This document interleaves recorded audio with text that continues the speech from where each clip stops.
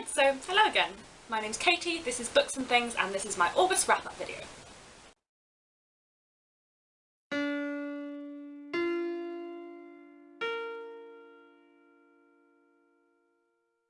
So, as you may be able to tell from the stack of books in my intro, this month was fairly productive for me. I read 12 novels, 1 memoir, and 3 little black classics. However, I did read 7 of those books in the Booktubeathon, so I won't really be going into much detail about them here. I spoke about them all in my Booktubeathon wrap-ups vlog thing, which I will link down below. However, to recap, during the Booktubeathon I read Clockwork Princess by Cassandra Clare, All Quiet on the Western Front by Eric Remarque, After Leaving Mr. Mackenzie by Jean Rhys, Go Set a Watchman by Harper Lee, The Butterfly Lion by Michael Morpurgo, The Horse and His Boy by C.S. Lewis, and All That Is by James Salter. The highlights of the Booktubeathon for me were definitely Clockwork Prince by Cassandra Clare, which I loved, and After Leaving Mr. Mackenzie by Jean Rhys, which I also thought was brilliant. The lowlights of the Booktubeathon were for me definitely All That Is by James Salter, which is my new least favourite book ever, combining the flaws of my other 2 least favourite books, Robinson Crusoe and Dracula, because All That Is contains the dullness of Robinson Crusoe and the misogyny of Dracula, and I despised it in every way.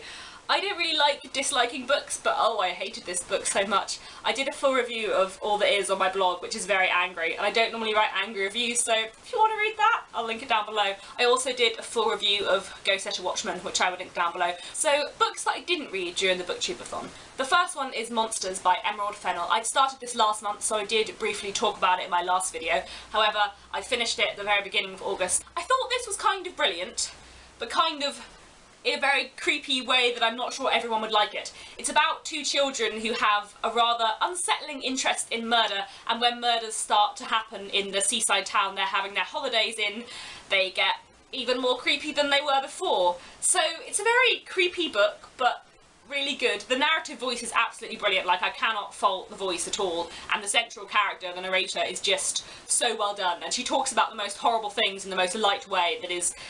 It makes it hilarious to read, but also really disturbing. It's like Roald Dahl crossed with Angela Carter. If that sounds like your thing, this will definitely be for you. I did a full review on this on my blog, which I will link down below. The next book I read was for my science fiction book club, and that was The Century Device by M. John Harrison. I quite liked this, but I found it utterly bewildering. Like, I can't remember the last time I read a book I found this confusing.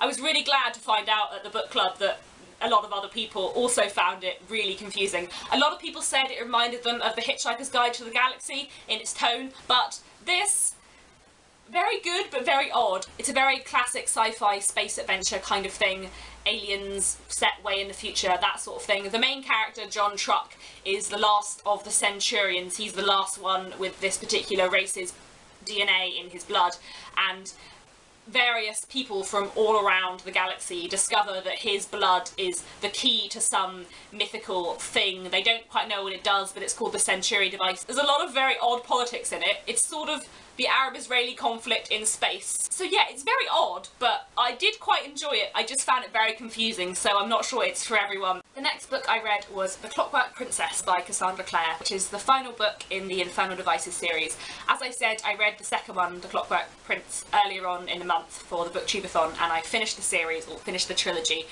with Clockwork Princess, which I loved. I thought it was really beautiful. I've really got very into these series. I think The Infernal Devices is definitely my favourite YA thing that I've ever read. The Infernal Devices is one of the trilogies in the Shadowhunter series. YA fantasy set in the real world, but with a kind of alternate twist.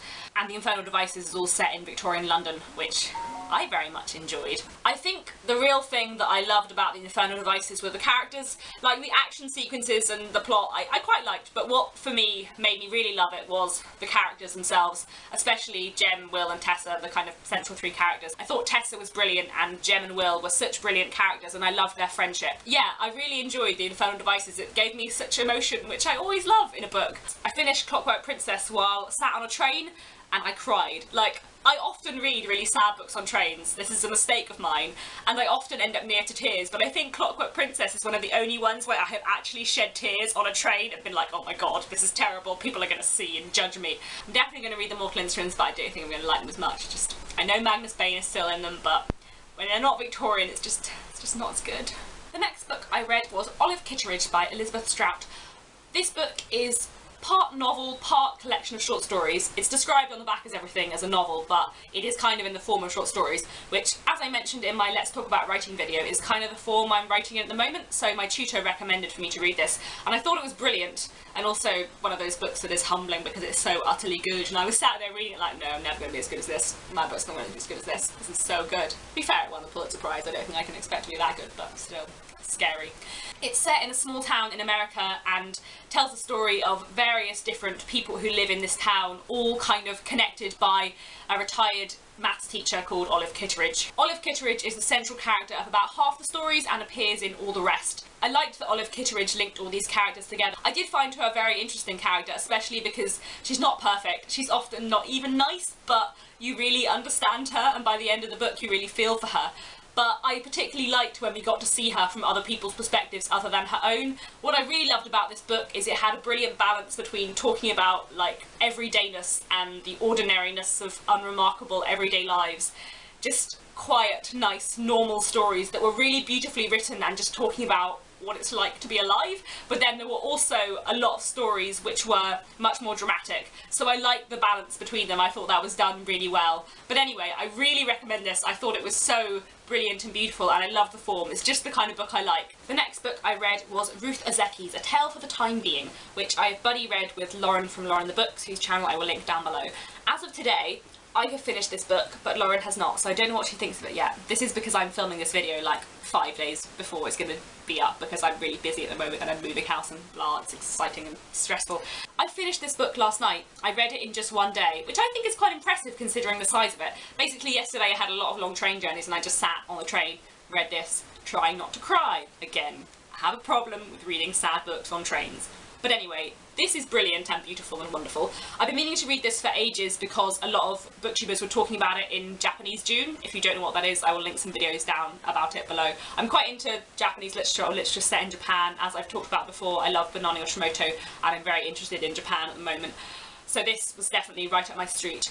There's a very odd story about how I got this book actually. My favourite bookshop in Bath, Toppings and Company, where I've been going to the book clubs for the last year, they're doing something at the moment called mystery books. So they've wrapped up books in brown paper and string, and on the front they just have quotes from critics, so you don't know what the book is before you're buying it, and the idea is that you don't judge a book by its cover because you literally can't see the cover.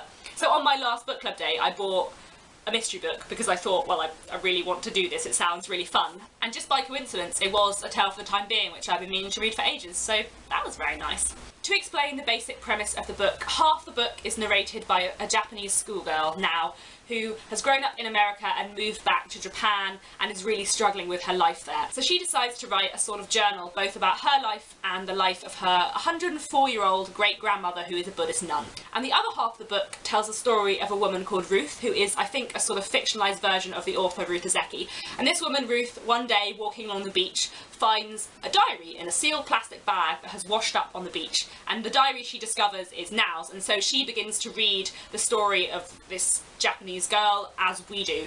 So that was brilliant. This is so beautiful. I cannot describe how beautiful and amazing this book is. Like, it deals with just so many interesting, important things. It deals with Buddhism, suicide, cultural differences, bullying, family, just so many things, and like the art of writing, and there's also some magic realism thrown in there just for good measure. It is heartbreaking, but in a really like beautiful, wonderful way. So yes, I recommend this, definitely.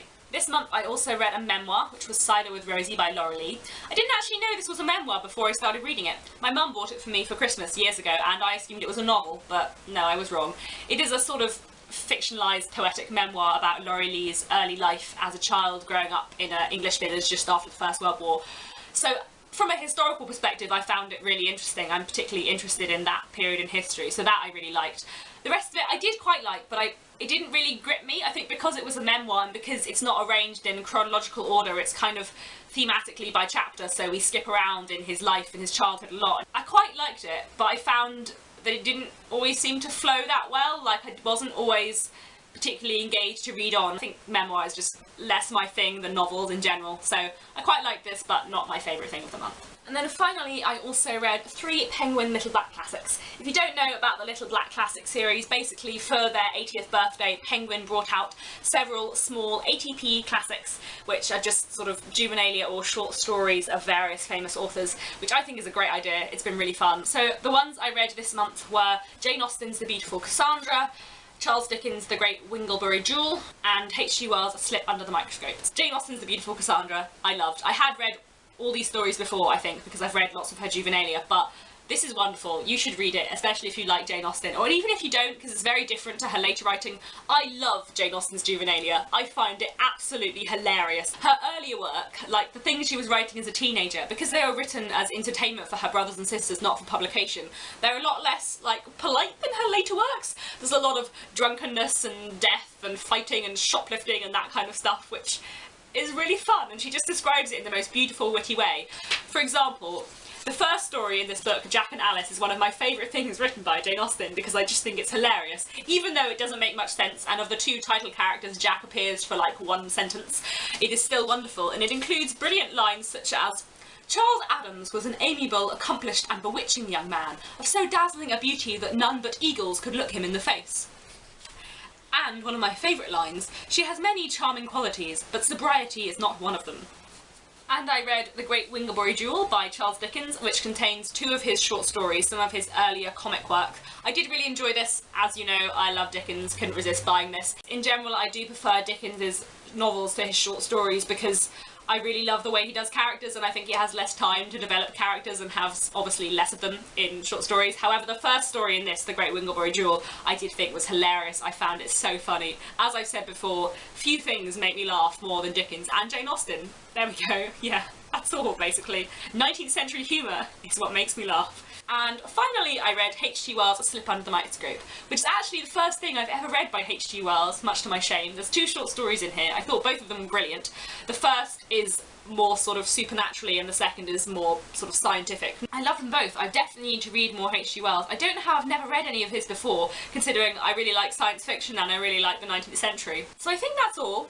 That's all the books I read in August. I feel it's been a pretty productive month, especially as I'm speaking to you from the 26th of August, and you'll be seeing this on the 31st. So to paraphrase A Tale for the Time Being, I'm speaking to you from the past to the future, because I have a really busy few days ahead of me and I know I'm not going to get time to film or to read, to be honest.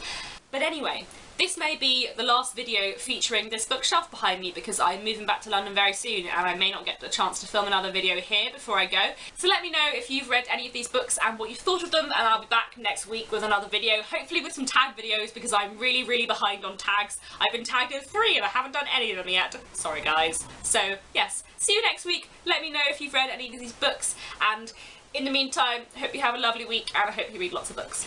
Bye!